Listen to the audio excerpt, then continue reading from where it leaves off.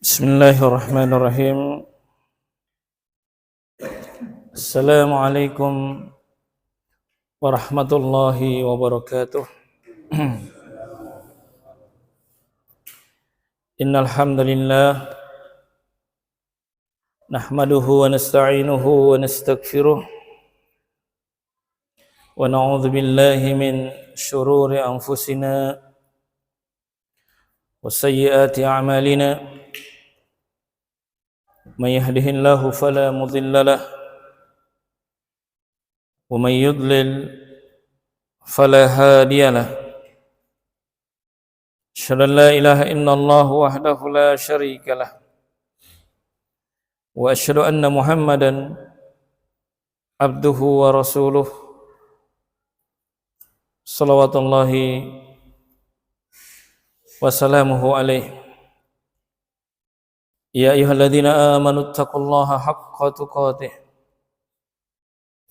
wa la tamutunna illa wa antum muslimun. Amma ba'd. Jamaah salat maghrib yang sama berbahagia, alhamdulillah atas segala nikmat dan kasih sayang Allah Subhanahu wa taala kepada kita semua. Selawat dan salam senantiasa tercurah atas Nabi kita Muhammad sallallahu alaihi wasallam. Lewat keberadaan beliau, Allah Subhanahu wa taala menebarkan rahmat di tengah-tengah hamba-hambanya. Kaum muslimin yang dimuliakan Allah Subhanahu wa taala, kita masih berada pada pembahasan kitab Al-Ushulus Sittah, 6 dasar utama di dalam agama kita. Dia menjadi pendemen perkara yang sangat sakral, perkara yang begitu sangat vital, yang jika ini bermasalah maka banyak persoalan-persoalan lain yang akan muncul masalah. Dan jika 6 dasar ini dipahami dengan baik dan diterapkan dalam kehidupan, maka sendi-sendi agama menjadi kokoh dan umat pun menjadi lebih baik. Oleh karena itu, memahami 6 dasar ini adalah salah satu kewajiban atau salah satu ilmu yang masuk dalam pengertian sabda Nabi sallallahu alaihi wasallam, talabul ilmi faridatun ala kulli muslim. Menuntut ilmu kewajiban bagi setiap muslim. Ada ilmu dalam agama kita yang bersifat fardu ain, ada yang sifatnya fardu kifayah. Fardu ain sesuatu yang mesti, tidak boleh ditinggalkan. Melupakannya, meninggalkannya adalah bentuk maksiat kepada Allah Subhanahu wa taala. Menunaikannya tentunya adalah ibadah yang agung di sisi Allah Subhanahu wa taala.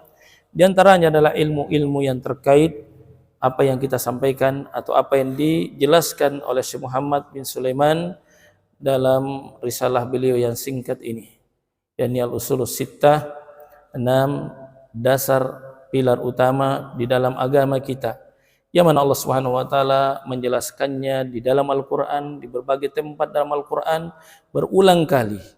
Ya, berbagai macam bentuk penjelasan Allah jelaskan.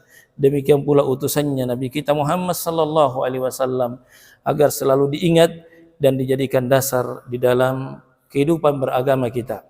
Baik kaum muslimin yang dimuliakan Allah Subhanahu wa taala, dan kita sudah berada di usul yang keempat yang sebagiannya telah kita terangkan pada pertemuan sebelumnya. Al-Aslur Rabi'. Usul yang keempat adalah bayanul ilmi wal ulama wal fiqhi wal fuqaha. Penjelasan tentang apa itu ilmu dan siapa itu ulama. Apa itu fikih dan siapa yang disebut fuqaha. Ini perkara yang sangat vital sekali, pokok dan penting sekali. Kenapa? Karena lewat mereka kita mengenal agama. Ya kan? Nabi Muhammad sallallahu alaihi wasallam adalah nabi terakhir, tidak akan ada lagi nabi setelah beliau. Sehingga ya umat ini harus tahu kemana mereka harus belajar setelah meninggalnya Rasulullah sallallahu alaihi wasallam. Salah dalam mengambil ilmu adalah kekeliruan yang sangat besar sekali, berdampak pada kehidupan dunianya dan kehidupan akhiratnya. Kaum muslimin yang dimuliakan Allah Subhanahu wa taala, maka mengambil ilmu yang Allah Subhanahu wa taala turunkan kepada Rasulnya sallallahu alaihi wasallam ini butuh saluran yang jelas dan benar. Oleh karena itu Nabi sallallahu alaihi wasallam bersabda, al ulama warasatul anbiya. Para ulama itulah pewaris para nabi. Dari situ kita ambil ini agama. Ya kan? Dari mereka kita ambil agama itu terus ke bawah sampai kepada kita yang mengamalkan agama tersebut. Oleh karena itu kalau kita lihat jemaah sekalian, penulis kitab hadis, sebut saja Imam Bukhari, Imam Muslim dan seterusnya, itu jelas silsilah pengambilan ilmunya. Jelas dari mana dia dengar hadis itu. Ternyata dari bersambung betul, bukan sekedar bersambung. Jadi mereka secara ilmiah bisa dia pertanggungjawabkan hadis yang dia tulis dalam bukunya, ini dia dapat dari mana? Bukan di pinggir jalan, bukan dari orang yang tidak dikenal. Dikenal dengan sangat jelas guru-guru mereka. Dia misalnya Imam Bukhari mengambil gurunya, siapa nama gurunya? Tahun berapa lahirnya? Tanggal berapa dia wafat? Tahun berapa dia wafat? Siapa ulama yang mengakui keilmuannya? Itu terus bersambung sampai kepada siapa? Nabi kita Muhammad sallallahu alaihi wasallam. Bukan hanya bersambung. Tadi dia dikenal guru-guru itu adalah orang-orang yang memang diakui keilmuannya, ya banyak ulama di zamannya yang mengakuinya. Walaupun dia bersambung, kalau dikenal sebagai seorang pendusta, orang yang suka bohong, bukan orang yang baik agamanya dan seterusnya, itu tidak dipandang sebagai sebagai ulama hadis yang bisa diambil ilmunya atau disebut sebagai hadis yang sahih. Mungkin saja dia tetap tertulis namanya, namun kita akan lihat dalam komentar-komentar para ulama bahwa hadisnya ini lemah, ya, hadisnya ini mungkar, hadisnya ini matruk, ditinggalkan dan seterusnya. Kenapa? Karena adanya sifat-sifat yang tidak layak bagi seorang ulama untuk meriwayatkan ucapan-ucapan Nabi sallallahu alaihi wasallam. Dari sini sangat pentingnya Mas sekalian. Kenapa ini penting bagi kita semua? Bukan sekedar kita mendengarkan ada sebuah hadis dibacakan, lalu kemudian kita mempercayainya, kita tahu ada di hadisnya. Padahal boleh jadi hadis yang disampaikan adalah hadis palsu. Betapa banyak di antara kaum muslimin sampai di kampung-kampung, di pelosok-pelosok kampung, orang meyakini ada yang namanya itu. Bahkan ada saya sempat dengarkan cuplikan ceramah, maaf, ya mungkin kita kalau sempat kita lihat ini termasuk viral di Tanah Bugis ini. Dia menyebut hadis tentang apa itu Nurul Muhammad. Pernah kita dengar istilah Nurul Muhammad, iya kan? Nurul Muhammad katanya ada pada setiap orang. Subhanallah. Ini kekeliruan. Dia datang dengan hadis yang palsu. Dan masyarakat tidak tahu apa itu hadis palsu, apa itu hadis lemah, apa itu hadis sahih, apa itu hadis yang ditinggalkan dan seterusnya. Mereka tidak paham. Sekedar menyampaikan saja hadis. Nabi bersabda, padahal apa jemaah sekalian? Sangat banyak hadis yang telah dipalsukan. Sengaja memang dipalsukan jemaah sekalian, dan ada ancaman dari Nabi sallallahu alaihi wasallam bagi penyampai hadis palsu. Nabi mengatakan, "Man kadzaba alayya muta'ammidan falyatabawwa maq'adahu minan nar." Barang siapa yang sengaja berdusta atas namaku, dia mengatakan ini dari Nabi padahal bukan, maka persiapkan tempat duduknya di neraka. Maka bagaimana kita yang mendengar, ibaratnya jamuan, kita tinggal makan, kasihan. Ternyata jamuan yang dihidangkan bukan jamuan yang menyehatkan, justru bisa menimbulkan persoalan. Ada virusnya, ada bakterinya, ada kotoran-kotoran yang bisa merusak kesehatan tubuh kita. Ilmu agama yang disampaikan ibarat seperti makanan-makanan bagi jiwa, makanan bagi roh kita. Ternyata yang disajikan bukan makanan yang semestinya dikonsumsi, tidak berasal dari Allah dan Rasulnya. Karena yang bisa menyehatkan hati, yang bisa memperbaiki jiwa, yang bisa menjadi penawar bagi hati kita hanyalah apa yang bersumber dari Allah Subhanahu wa taala, sebagaimana firman-Nya, "Wa nunazzilu minal Qur'an ma huwa syifaa wa rahmatul lil mu'minin." Dan kami turunkan Al-Qur'an yang di dalamnya ada syifa, ada penawar dan rahmat bagi orang-orang beriman. Apa yang menjadi rahmat? Apa yang datang dari Allah Subhanahu wa taala. Apa yang menjadi rahmat bagi seseorang yang beramal, bagi seorang yang berilmu adalah amalan dan ilmu yang betul-betul dipastikan bersumber dari mana? Dari Nabi kita Muhammad sallallahu alaihi wasallam. Dari sini jamaah sekalian menjadi kewajiban bagi kita semua, termasuk walillahil hamd, kita bersyukur pada Allah Subhanahu wa taala di sebagian masjid-masjid sudah mengenal hal itu, sehingga DKM masjid tidak sembarangan untuk mendaftar atau memanggil ustadz-ustadz untuk berceramah di masjid-masjid kaum muslimin, karena ini sangat rentang jamaah sekalian, sangat rentang. Kalau kita menjadi sebab justru kemudian ada seorang dai menyampaikan hadis palsu, menyampaikan hal-hal yang bukan bagian dari agama baru dianggap agama, lalu kemudian orang mendengarnya, meyakininya, lalu dia mengamalkannya dan menjadi prinsip sampai dia meninggal, maka siapa yang bertanggung jawab jemaah sekalian? Maka ini perkara yang besar. Oleh karena itu DKM masjid bisa menjadi peluang dia mendapat dosa besar, tapi juga bisa berpeluang mendapatkan pahala yang besar di sisi Allah Subhanahu wa taala. Oleh karena itu sengaja penulis menyebutkan dalam risalah beliau ini, risalah yang singkat tapi sangat penting sekali untuk mengenal siapakah sebenarnya para ulama itu. Sehingga kalau mau dirurut jamaah sekalian, ulama itu sebagaimana Nabi sallallahu alaihi wasallam sebutkan dalam hadisnya yang lain bahwa khairul qurun qarni, sebaik-baik generasi adalah generasiku. Ini ulama di generasi pertama. Siapa mereka? Para sahabat Nabi sallallahu alaihi wasallam yang langsung belajar kepada Nabi sallallahu alaihi wasallam. Tentu tidak ada yang sama dengan mereka, kan? Adakah orang yang lebih dalam ilmunya dari para sahabat? Enggak ada jemaah sekalian. Sampai-sampai Nabi mengatakan, sekiranya kalian berinfak ya dengan infak emas sebesar gunung Uhud. Ini juga memberi isyarat kepada kita untuk sekali-sekali pergi lihat gunung Uhud. Bagaimana itu? Karena Nabi yang bilang, ya, subhanallah, sekiranya kalian berinfak sebesar gunung Uhud, lalu kemudian para sahabat berinfak dengan segenggam emas saja, genggamannya emas, segenggam emas para sahabat masih jauh lebih mulia daripada infak kalian sebesar gunung Uhud. Kenapa?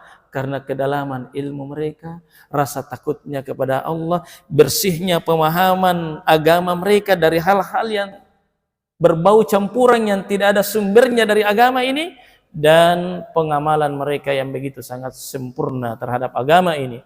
Sehingga ibarat mata air, dia adalah sumber pertama, airnya belum tercemari. Kalau ibaratkan sekarang ini air kita, air yang kita konsumsi seperti air yang sedang ada di mana?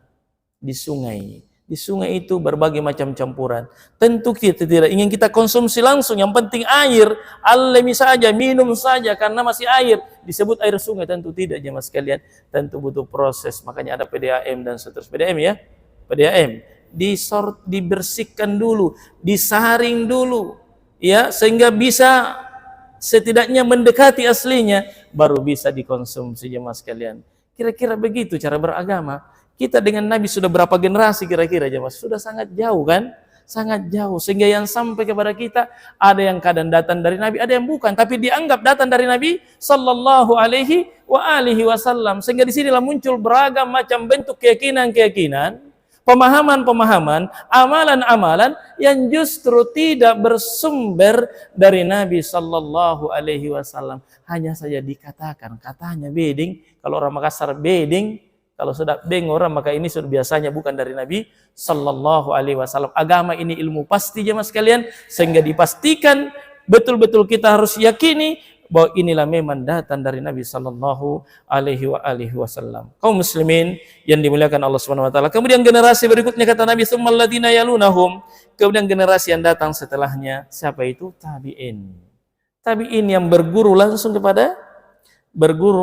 kepada sahabat Nabi sallallahu alaihi wa alihi wasallam, dan seterusnya. Begitulah jemaah sekalian, hendaknya kita mengambil ilmu dari sumber yang jelas, dari ulama-ulama yang memiliki ketersambungan silsilah ilmu sampai kepada Nabi sallallahu alaihi wa alihi wasallam. Dan itu kita jumpai ya di zaman ini ada ulama-ulama, dan selalu ada dari kalangan para ulama yang sumber ilmu mereka, pemahaman mereka itu memang bersumber secara ilmiah, silsilah itu bisa dipertanggungjawabkan bahwa apa yang mereka ajarkan, apa yang mereka yakini, apa yang mereka sampaikan kepada umat, itulah yang pernah Nabi ucapkan, itulah yang diterima oleh para sahabat dari Nabi sallallahu alaihi wa alihi wasallam. Oleh karena itu Nabi mengingatkan bahwa di akhir zaman kalian akan menjumpai banyak perselisihan. Mau selamat fa'alaikum bisunnati, kembali kepada sunnahku. Artinya ajaranku betul, apa yang saya ajarkan. Kaum muslimin yang dimuliakan oleh Allah Subhanahu wa taala, kemudian kita lanjutkan perkataan Syekh Muhammad di atas, diberikan keterangan penjelasan oleh Dr. Shalih Al-Fauzan. Beliau pun mengatakan, hadza aslun azim.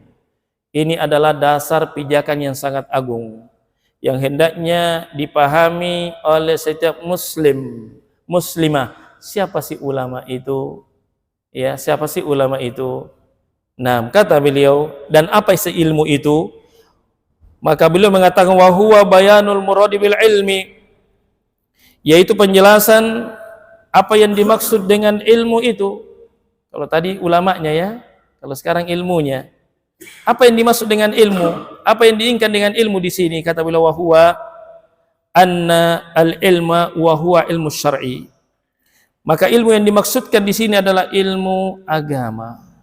Ilmu agama. Ilmu yang dengannya Nabi sallallahu alaihi wasallam diutus. Ilmu agama, ilmu din.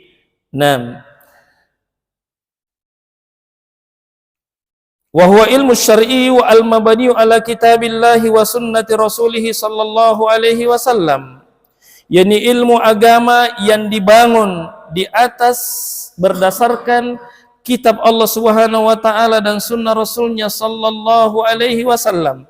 Ini yang dimaksud dengan ilmu syar'i. Jadi kalau orang berbicara ilmu agama, yang dimaksud di sini adalah yang di dalamnya ada Allah berfirman, Nabi bersabda. Itulah ilmu agama. Jadi kalau tidak ada Allah berfirman, Nabi sallallahu alaihi wasallam bersabda, tentu hadis yang sahih ya. Dan tidak sampai di sini saja.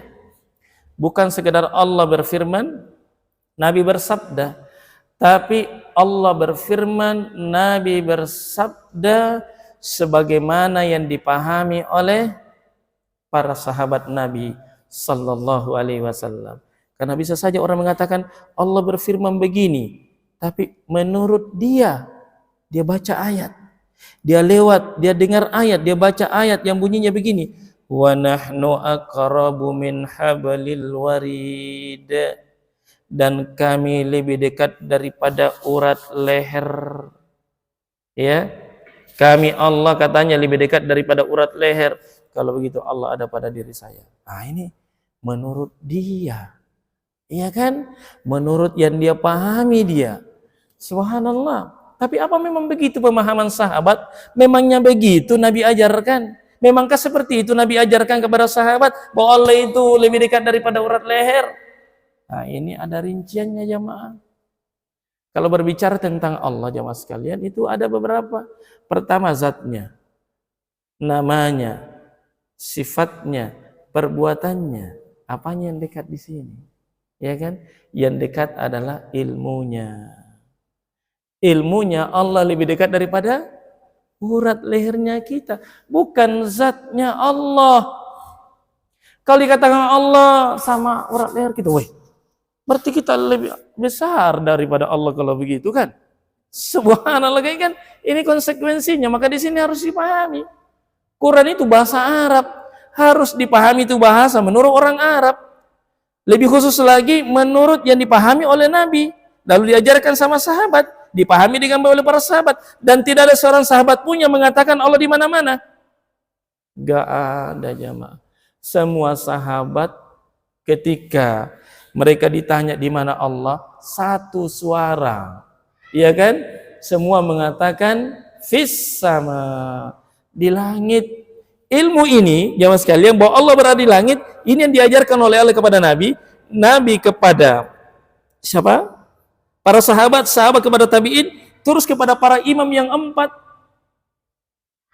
untuk berikutnya kepada siapapun yang mengikuti mereka. Tapi kan sekarang banyak ya, pemahaman tentang di mana Allah banyak sekali sekarang jawaban. Banyak pendapat, ya kan? Banyak pendapat. Ada yang mengatakan di mana-mana, ada yang mengatakan juga tidak di mana-mana. Bahkan ada saya baca itu di Facebook, kalau katanya cahaya Allah dan cahaya Muhammad ada pada diri seseorang, maka orang itu menjadi Allah. Gimana itu? Bayangkan ya sekalian. Jika cahaya Allah, yang dimaksud cahaya Allah yang mana? Nur Muhammad. Ya kan ini? Padahal hadis lemah ini. Kemudian cahaya Allah menyatu pada diri seseorang, maka dia menjadi Allah. Kalau dia sudah menjadi Allah, biar tidak salat. Karena katanya al-'abid wal ma'budu wahid, yang menyembah dan disembah satu. Apa dalilnya? Apa dalilnya bahwa kalau dia sudah sampai kepada hakikat tidak perlu dia menyembah? Dalilnya adalah wa'bud rabbaka hatta ya'tiyakal yakin. Sembah Tuhanmu sampai yakin. Kalau yakin biar tidak salat, biar tidak menyembah. Sudah menyatu dengan Tuhan. Coba pakai ayat dibaca. Ya kan? Dan ini bagi orang-orang, maaf, masyarakat pada umumnya memang asalnya malas. Sudah ini jago ini bagus ini aslinya ini ilmu. Aslinya ilmu. Dibikin macam-macam perumpamaan menuju Allah itu ibarat seorang naik tangga. Ada tangga sholat, puasa, zakat, haji, baca Quran sedikit. Sampai di rumah tidak dibutuhkan tangga. Biar kau buang tangga yang nggak masalah. Saya sudah sampai di atas. La ilaha illallah. Gimana kalau masyarakat ini dikasih pemahaman begitu? Ayatnya lengkap, perumpamaannya juga masuk akal kayaknya ya, akal-akalan sebenarnya. Yang sekalian saya hormati dan saya muliakan. Padahal ini agama bukan seperti anak tangga, tapi seperti mata rantai jemaah. Kasih hilang satu mata rantainya, tidak bisa jalan motor itu. Kan begitu, itu mata rantai yang saling terikat, saling membutuhkan satu sama lain. Dan tidak jadi kalau ada satu hilang jemaah sekalian. Makanya sebut rukun, ada rukun iman, ada rukun Islam. Satu hilang tidak jadi, batal jemaah sekalian. Ini contoh, ini hal yang penting. Oleh karena itu, kapan seseorang salah belajar, salah berguru, salah duduk, maka sangat rawan jemaah sekalian. Saya hormati dan saya muliakan. Disinilah pentingnya kita memahami yang mana sih ilmu syar'i itu, yang mana sih yang disebut ilmu agama itu. Ilmu agama adalah yang bersandar kepada Al-Quran. Yang kedua, sunnah Nabi Sallallahu Alaihi Wasallam berdasarkan pemahamannya siapa? Sahabat Nabi Sallallahu Alaihi Wasallam. Mana dalilnya Pak Ustadz? Bahwa harus mengikuti pemahamannya sahabat. Saya juga punya pemahaman kok. Saya juga punya akal sih. Maka jelas sekali ayatnya di dalam Quran. Banyak dalil. Banyak sekali keterangan dalam Quran. Diterangkan pula sama Nabi. Keharusan mengikuti cara beragamanya para sahabat. Ya kan? Rasul Sallallahu Alaihi Wasallam atau Allah Subhanahu Wa Taala berfirman, "Was-sabiqunal awwalun minal muhajirin wal ansar walladzina ittaba'uuhum bi ihsan radhiyallahu anhum wa radu'an." Al-ayat. Sahabat-sahabat terdahulu dari kalangan muhajirin dan ansar dan orang yang mengikuti mereka dengan baik, Allah ridho kepada mereka dan mereka ridho kepada Allah Subhanahu wa taala. Tidak ada satu persoalan kecuali telah diterangkan oleh Nabi dan juga dipahami oleh para sahabat. Contoh sederhana. Ini mau bergantian tahun ini. Sedikit lagi ya, kita ya mengakhiri bulan Desember. Bagaimana sikap seorang muslim seharusnya? Ya, di malam pergantian tahun. Ini ada ilmunya di sini jemaah sekalian. Ilmunya apa? Kaum muslimin muslimah yang dimuliakan Allah Subhanahu wa taala. Ilmunya adalah kita menganggap sebagai hari-hari biasa. Itu ilmunya. Sama dengan hari-hari yang lain.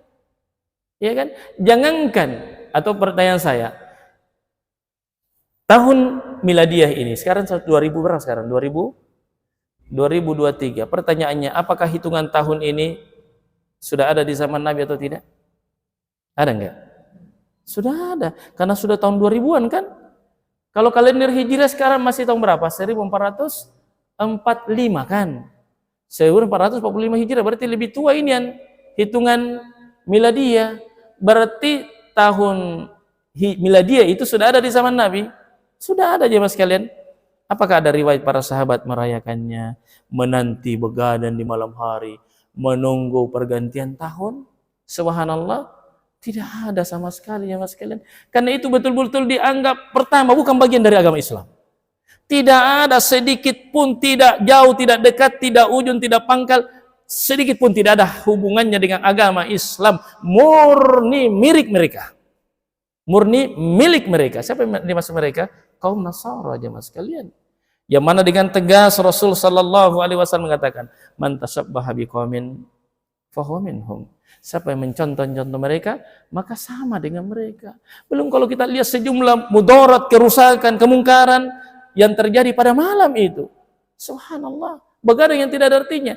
Begadang yang ada saja nilainya jemaah sekalian solat. Tapi kalau ada orang solat sepanjang malam gara-gara solatnya tidak datang solat subuh, dicela oleh Umar bin Khattab.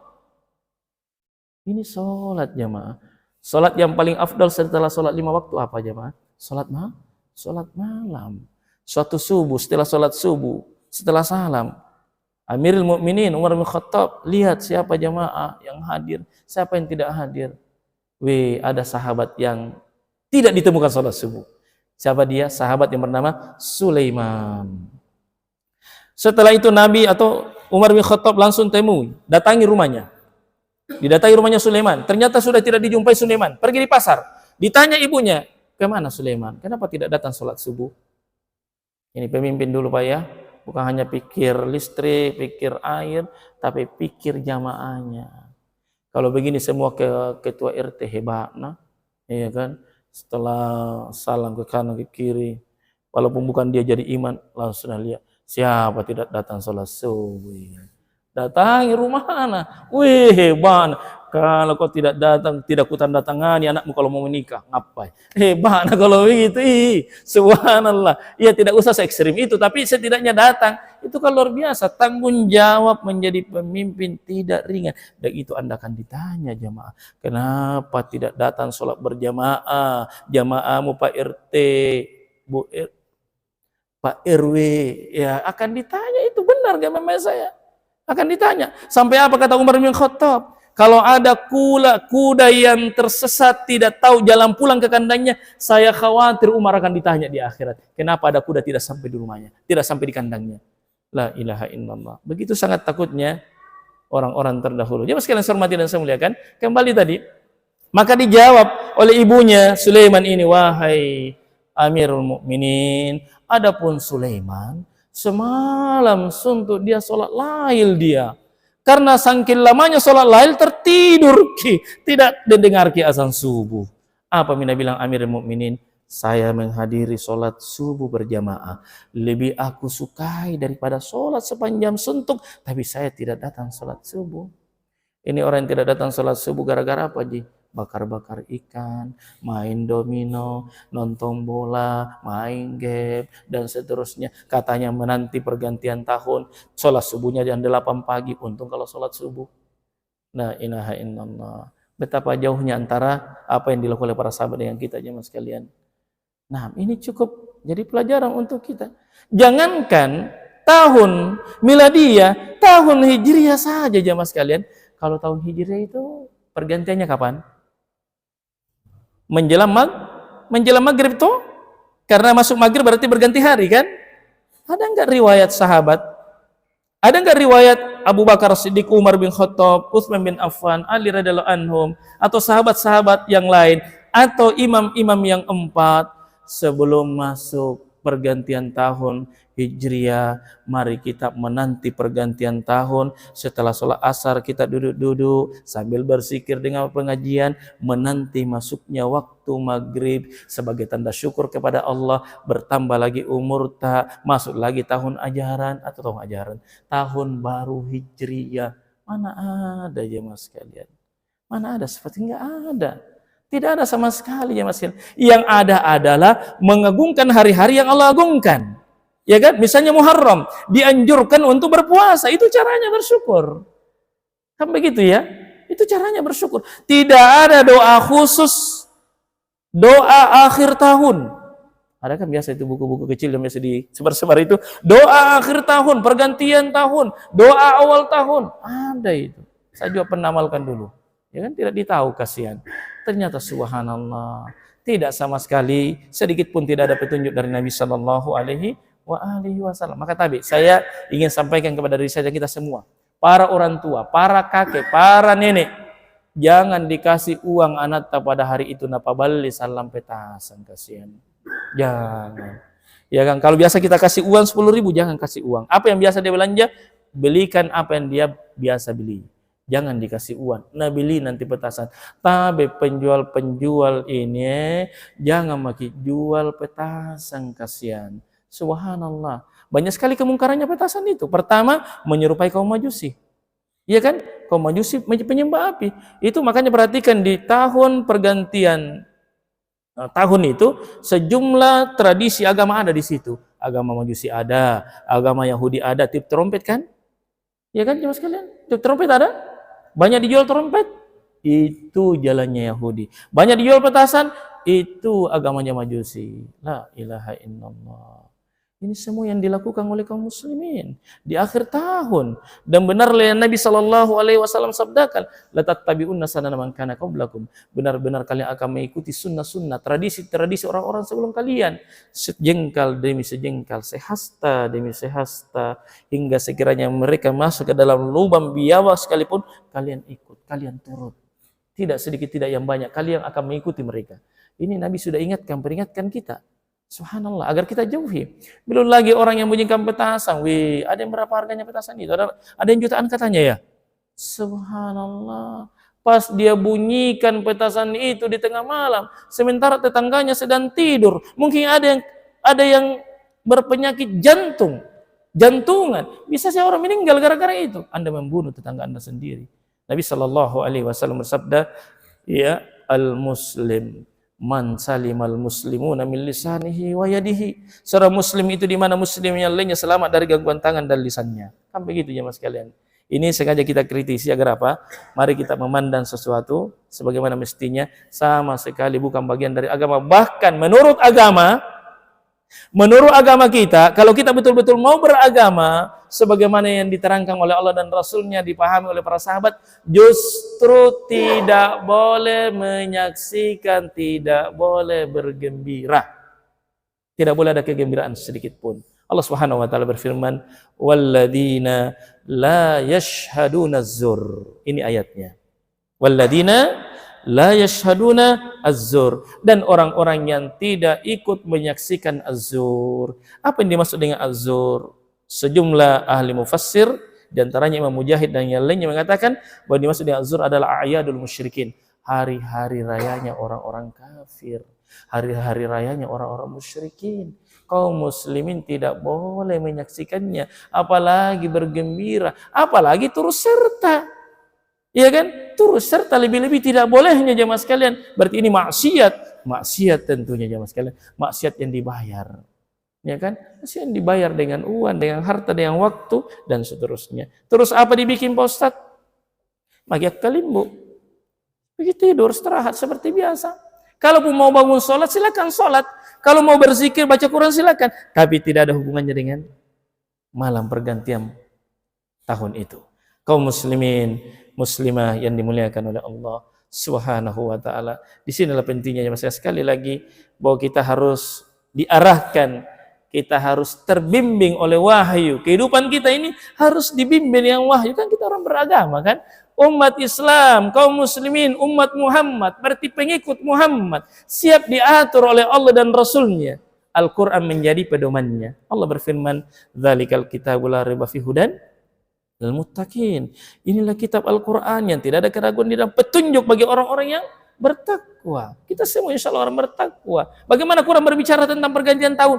Jangan ikut. Itu Quran bilang itu. Jangan saksikan, jangan bergembira, jangan ikut serta. Itu petunjuk Quran. Dan orang beriman pasti turut ikut dengan apa yang Allah Subhanahu wa taala larang. Dia akan tinggalkan apa yang dilarang oleh Allah dan Rasulnya sallallahu alaihi wasallam. Kemudian kata beliau, hadza huwa ilmun nafi'. Inilah ilmu yang bermanfaat.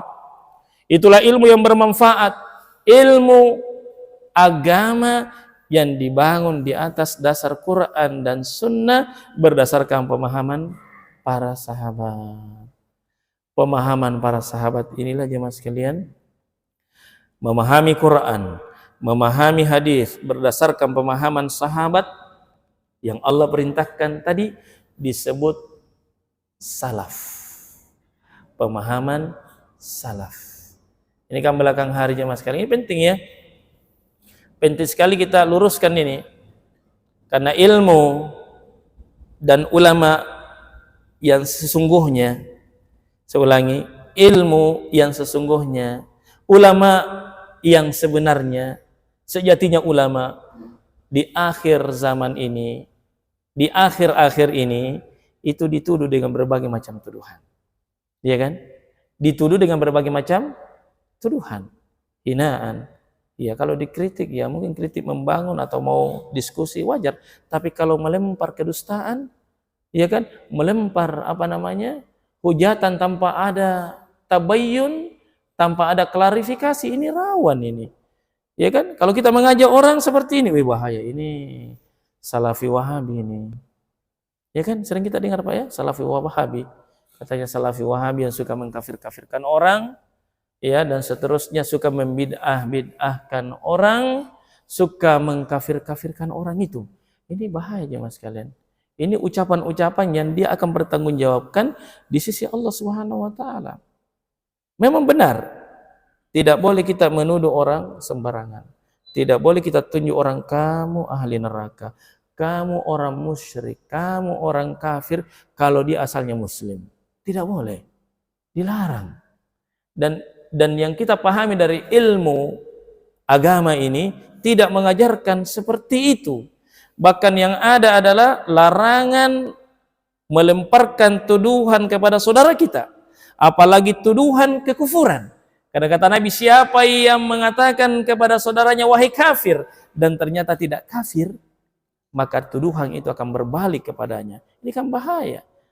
Nabi ingatkan tidak bolehnya. Tapi apakah salah? Saya ulangi, apakah salah jika ada seorang dai mengingatkan kaum muslimin karena kecintaan kepada mereka bahwa jangan melakukan kesyirikan, hati-hati kita dari berbuat syirik, karena kalau berbuat syirik itu batal amal tak, Allah yang bilang, ya kan, jangan melakukan bid'ah wahai saudaraku, saya mencintaimu karena Allah. Karena ini amanah yang harus disampaikan. Nabi menjelaskan bid'ah itu sesat. Contoh-contoh bid'ah itu seperti ini. Jangan kita lakukan. Karena kalau kita melakukan perkara bid'ah, amalan tak terancam ditolak. Nabi yang bilang. Nabi bersabda, man amila amalan laisa alaihi amruna fahuwa raddun. Dalam hadits riwayat Muslim, siapa yang mengerjakan satu amalan yang tidak ada contoh dari kami tidak pernah ajarkan itu, maka ditolak. Bukan kami yang bilang, Rasul yang bilang. Apakah salah jika umat ini diingatkan perkara tersebut? Justru sebuah bentuk pengkhianatan yang besar bagi seorang dai, bagi seorang ustadz, atau bagi orang yang mengetahui adanya penyimpangan lalu dia mendiamkannya. Apa yang akan dia jawab? Apa yang akan dia jawab ketika orang-orang yang tersalah tadi, ya kan, bertanya dan mengadu kepada Allah, ya Rabb, dia tahu si ulama ini, si ustadz ini, si mubalik itu tahu bahwa apa yang kami lakukan keliru, namun mereka diam 1000 bahasa karena mereka takut nanti tidak diundang lagi. Kan itu bisa terjadi karena dialog itu antara ustadz A dengan ustadz B, saling membicarakan satu perkara, sebut saja tahlilan kematian, ya kan? Si Ustadz A menyebutkan dalilnya, bahkan terkadang si Ustadz A ini ketika membantah si B menyebutkan buku-buku yang juga dibaca oleh Ustadz B. Maka karena sudah kelihatan mana yang benar, mana yang salah, si Ustadz B tidak bisa lagi membantah tanggapan dari si A. Keluarlah ucapannya, benar, bahwa tahlilan itu bid'ah mungkarah, bid'ah yang diingkari, bid'ah yang sesat itu tahlilan, tapi apa boleh buat, apa hendak dikata, ini sudah tradisinya orang. Kalau kita bilang tidak boleh, orang marah sama kita. Kalau begitu tidak usah berdakwah Pak Ustaz. Nabi nggak usah berdakwah kalau begitu. Kalau takut dicemooh orang, kenapa Nabi diusir? Kenapa Nabi Shallallahu Alaihi Wasallam meninggalkan kota Mekah?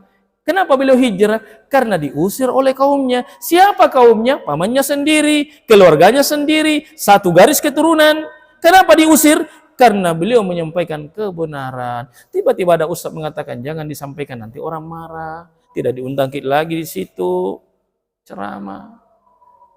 La ilaha illallah. Ini masalah jemaah sekalian. Maka kita harus menyampaikan kebenaran. Kita tidak tahu apa itu Wahabi, Abu Salafi. Istilah itu ya. Yang kita tahu adalah mengikuti kebenaran. Kalau mau disebut kata salaf, maka ini bukan istilah baru jemaah. Hanya mungkin sebagian orang baru dengar itu. Istilah salaf, istilah yang sudah dikenal dari dulu jemaah sekalian. Bahkan Nabi Shallallahu Alaihi Wasallam sendiri mengatakan kepada putrinya Fatimah binti Rasulullah Shallallahu Alaihi Wasallam, ni'mas salaf analak. Sebaik-baik salaf untuk kamu wahai putriku adalah saya. Ya, kalau kita as-salaf artinya pendahulu jemaah. Ya, dikatakan as-salaf, salaf ya artinya pendahulu kita. Orang yang mendahului kita dari segi umur dan keutamaan. Dan yang dimaksud dengan salaf adalah 3 generasi, sahabat, tabi'in, dan atba'ut tabi'in. Inilah 3 generasi jemaah yang dipuji oleh Allah, direkomendasi oleh Nabi. Mau memiliki pemahaman agama yang benar, ambil dari 3 sumber ini, ambil dari 3 generasi ini. Rasul Shallallahu Alaihi Wasallam bersabda, ya beliau katakan khairul nas qarni, fi riwayat khairul qurun qarni, sebaik-baik generasi saya. Tsummal ladzina yalunahum, kemudian generasi yang datang setelahnya, ini tabi'in. Siapa itu tabi'in? Orang yang berjumpa dengan sahabat tapi tidak berjumpa dengan Nabi. Ya kan? Orang yang berjumpa dengan sahabat tapi tidak berjumpa dengan Nabi. Kemudian tabi'in, kata Nabi. Tsummal ladzina yalunahum. Kemudian generasi yang datang lagi setelahnya, ini orang yang bertemu dengan tabi'in. Ya kan? Orang yang bertemu dengan tabi'in tapi tidak bertemu dengan sahabat, apalagi Nabi.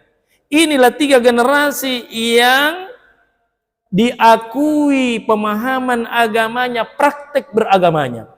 Secara logika, logis sekali. Ya kan? Secara logika sangat logis, mereka paling baik agamanya. Kenapa? Paling dekat sumbernya dengan Nabi, ya kan? Masa kita yang jauh ini lebih paham daripada 3 generasi ini? Masih jelas sekali. Istilahnya masih dekat sekali ini jalurnya, ya kan? Nabi ke sahabat, sahabat ke tabi'in, tabi'in ke tabi'in, masih sangat jelas. Sehingga ilmu itu belum apa? Belum tercemari.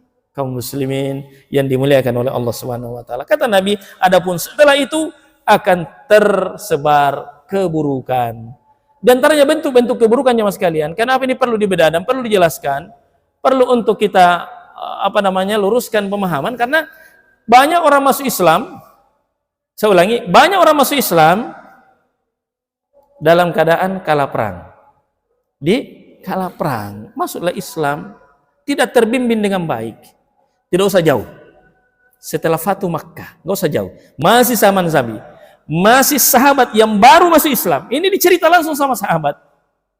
Ketika kami ketika kami ikut dengan rombongan perang di perang Hunain, kami melewati satu pohon. Dan waktu itu baru saja kami masuk Islam. Baru saja kami keluar dari kekafiran. Kami melewati satu pohon. Pohon itu pohonnya orang-orang Quraisy.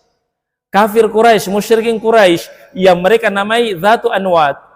Apa itu Dzatu Anwat? Pohon bidara yang dikeramatkan. Pohon bidara yang dikeramatkan, yang mereka namai Dzatu Anwat. Di pohon bidara yang mereka keramatkan itu, mereka gantungkan senjata-senjata mereka. Di situ ada pedang, di situ ada tombak, di situ ada perisai, di situ ada baju besi, berbagai macam. Untuk apa? Untuk cari kekuatan. Ya kan? Untuk cari kekuatan. Kalau sudah digantung di situ, ini akan hebat kita ini. Mungkin pedangnya bisa terbang-terbang, mungkin ya, entahlah ya. Seperti suku Dayak ya kata orang, katanya sih benar tidaknya wallahu a'lam. Tapi itu ada di zaman dulu. Nah, kata sahabat ini, ketika kami melewati pohon itu, kami pun berkata, ya Rasulullah, ij'al lana zata anwat. Buatkan untuk kami zata anwat. Sebagaimana mereka punya seperti itu. Coba lihat. Dia minta, padahal ini kesyirikan loh. Sesuatu yang bertentangan dengan Islam. Apa kata Nabi? Allahu Akbar. Maha besar Allah. Subhanallah. Maha suci Allah. Benar-benar sama permintaan kalian. Sama yang kalian minta. Dengan apa yang diminta oleh Bani Israel kepada Nabi Musa alaihissalatu wassalam. Ketika Bani Israel ya telah diselamatkan oleh Allah Subhanahu wa taala dari kejaran Firaun. Tiba-tiba mereka melihat di seberang sana atau di tempat yang baru itu sekelompok manusia yang menyembah berhala-berhala. Apa kata mereka kepada Nabi Musa? Ya Musa, ij'al lana aliha kama lahum aliha. Buatkan untuk kami sembahan-sembahan sebagaimana mereka juga punya sembahan-sembahan. Apa bilang Nabi Musa? Rabbi inni a'udzubillahi an akuna minal jahilin. Ya Allah, aku berlindung kepadamu termasuk golongan orang-orang yang bodoh itu. Subhanallah. Dijelaskan oleh para ulama terkait dengan ucapan para sahabat, permintaan para sahabat menunjukkan bahwa orang yang baru saja lepas dari keislamannya, kekafirannya, baru saja dia masuk Islam, boleh jadi masih ada bibit-bibit kekufuran yang ada pada dirinya yang belum bersih, dan dari situ dia harus memperbaiki diri. Apalagi kita ini jamaah sekalian, jauhnya ini masuk Islam ke negeri kita di tanah Tokdang ini istilahnya. Kalau kita buka sejarah masa lalu, kerajaan pertama yang masuk Islam kerajaan Tallo, ya kan? Kemudian menyusul Goa, kemudian menyusul Luwu, kemudian yang lainnya juga ikut dan yang tersebar. Tapi siapa yang masuk Islam? Yang masuk Islam rata-rata raja-raja ji. Setelah Islam masuk raja, semua dikumpulkan rakyatnya di satu tempat. Kalau orang Jawa bilang alung-alung dan seterusnya. Sekarang kalian masuk Islam karena raja kalian sudah masuk Islam secara massal. Kemudian setelah itu yang minum pergi minum, apa jangan, yang masih mengagungkan kuburan pergi ke kuburan, yang minta-minta di pohon masih pergi di pohon, dan seterusnya. Itu yang terjadi, sehingga yang ada adalah pemahaman sinkretisme. Apa itu sinkretisme? Yakni penggabungan berbagai pemahaman yang dianggap sebagai Islam. Kalau di Jawa namanya Islam kejawen. Enggak, tapi kalau kita di sini Islam Bugisin apa? Sekilan Sulawesi. Artinya tidak utuh Islamnya. Sehingga apa? Bagi kita yang menyadari bahwa tidak ada ajaran, tidak ada petunjuk, tidak ada keyakinan yang menyelamatkan kecuali Islam, kita harus membedah kembali pemahaman-pemahaman, keyakinan-keyakinan yang sedang ada dan berkembang di tengah-tengah manusia. Apa memang ini sumbernya dari Rasulullah? Tidak. Kalau tidak, kita singkirkan. Kalau iya, kita lanjutkan. Contoh sederhana saja. Ini dianggap ilmu jamaah sekalian. Bahkan dianggap ilmu sakti, ilmu khusus, ilmu para wali bahkan. Apa itu? Sebelum bangun dari tempat tidur, jangan buru-buru. Apa itu? Mau dibikin? Periksa napas dulu. Di mana besar, di mana kecil. Kalau kiri besar, jangan lalu bangun. Perempuan kok itu harus besar di kiri kanan. Kalau perlu tutup. Besar nih. Kalau influenza, susah gitu kalau influenza. Yang mana besar, nata tutup semua. Tinggal bernapas lewat mulut nih. Kalau begitu disiasati. Tutup kiri. Besar nih kanan, bangun nih. Ini dianggap ilmu ini jamaah. Dianggap ilmu oleh sebagian orang, ilmu hebat itu. Sebelum keluar rumah diperiksa dulu. Ujung lidahnya disentuhkan ke langit-langitnya. Kalau geli tidak mati ini hari. La ilaha illallah. Itu dianggap ilmu itu. Apalagi periksa lagi kulitnya. Masih bunyi, masih hidup ini satu hari ini. Itu dianggap ilmu. Apa itu ilmu agama? Bukan ilmu agama, bahkan bertentangan dengan ilmu agama. Yang seperti ini harus dibedah, harus diluruskan. Karena siapa yang masih memiliki keyakinan seperti ini, rawan sekali jemaah sekalian. Berarti pastikan hidupnya masih ada pada hari itu. Alhamdulillah. Jangan kita tersinggung, tapi tersinggung baik. Beliau alhamdulillah saudara kita dari Manado yang sudah meninggalkan agamanya. Sekarang beliau sudah hijrah total. Alhamdulillah. Wassallallahu ala nabiyina Muhammad wa ala alihi wasallam. Wa akhiru da'wana alhamdulillah. Assalamualaikum warahmatullahi wabarakatuh.